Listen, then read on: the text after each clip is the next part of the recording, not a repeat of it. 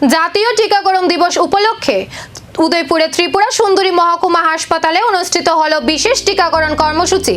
শিশুদের সুস্থ ও পোলিও মুক্ত ভবিষ্যৎ নিশ্চিত করতে জাতীয় স্বাস্থ্য মিশনের উদ্যোগে এই কর্মসূচির আয়োজন করা হয়।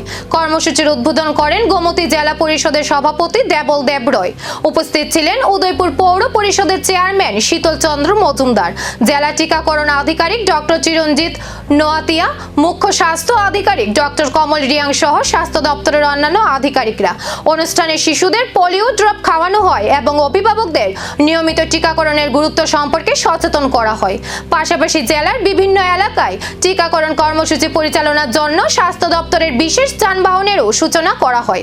স্বাস্থ্য দপ্তরের দাবি, 0 থেকে 5 বছর বয়সী প্রতিটি শিশুকে টিকাকরণের আওতায় এনে তাদের বিভিন্ন প্রাণঘাতী রোগ থেকে সুরক্ষা দেওয়াই এই কর্মসূচির প্রধান লক্ষ্য। দায়িত্ব আছে সমাজ থেকে পোলিও নির্মূল করতে হবে।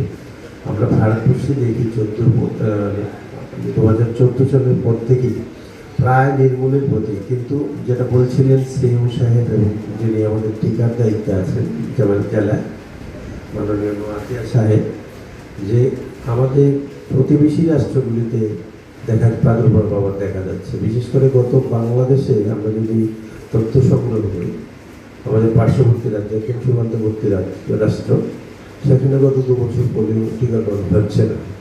তো আমাদের রাজ্যে একটা স্বাভাবিক ভয় থাকে, যেখানে আবার যদি হয় সেটা তো আসতেই পারে আমাদের রাজ্যে।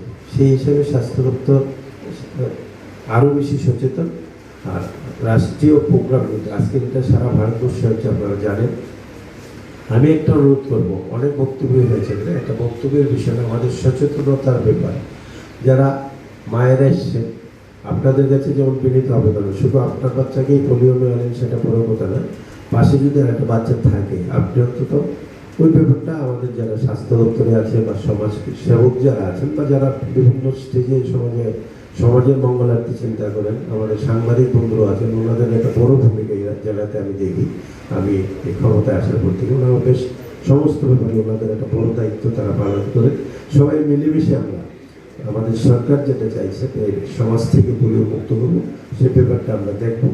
যে কথাটা এখন দেখার, জেলার প্রতিটি শিশুর কাছে টিকাকরণের এই সুরক্ষা কতটা সফলভাবে পৌঁছে দিতে পারে স্বাস্থ্য দপ্তর।